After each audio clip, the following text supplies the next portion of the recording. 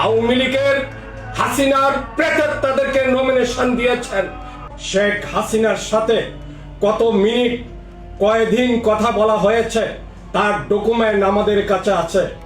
আমি এখন প্রকাশ করব বাংলাদেশে যে শেখ হাসিনার সাথে কথা বলে বিএনপির নমিনেশন নিতে পারে না।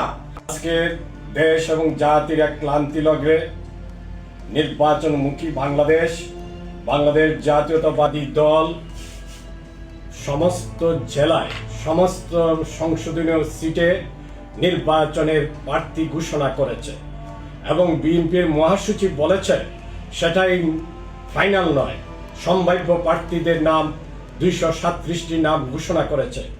আমরা জানি বাংলাদেশে অনেক বিএনপির নেতা 5ই আগস্টের পরে যাদেরকে নমিনেশন দিয়েছে শেখ হাসিনার সাথে কত মিনিট কয়দিন কথা বলা হয়েছে তার ডকুমেন্ট আমাদের কাছে আছে।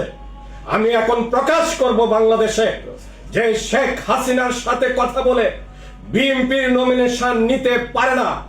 আর যারা বিএনপির নমিনেশন দিয়েছেন সেই সব বিএনপি নেতাদের তারা ইতিহাসে রাস্তা করে নিক্ষেপ হবেন। হিন্দুদের বুটচার হিন্দুদেরকে নমিনেশন থেকে বঞ্চিত করেছেন। হিন্দু সম্প্রদায়ের ছাত্র নেতৃত্ব আমরা করেছি। বাংলাদেশের অনেক হিন্দু ছাত্র নেতারা 90-এর 80-র দশকে বাংলাদেশ জাতীয়তাবাদী ছাত্র দলকে ঢাকা বিশ্ববিদ্যালয়ে প্রতিষ্ঠিত করেছেন। আপনারা তাদেরকে বহিষ্কৃত করে বঞ্চিত করেছেন।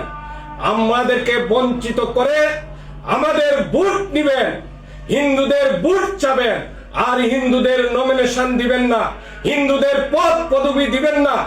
বাংলাদেশের মানুষ আর হিন্দুরা সব সময় আন্দোলন সংগ্রাম করেছে, অগ্রভাগে থেকেছে।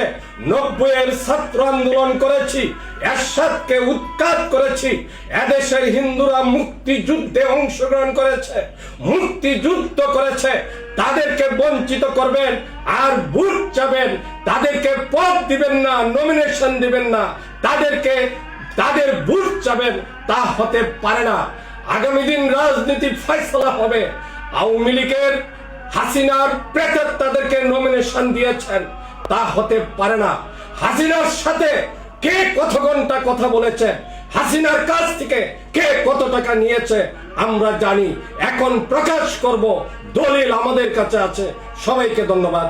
সবাইকে বেগম খালেদা জিয়া জিন্দাবাদ, তারেক রহমান জিন্দাবাদ।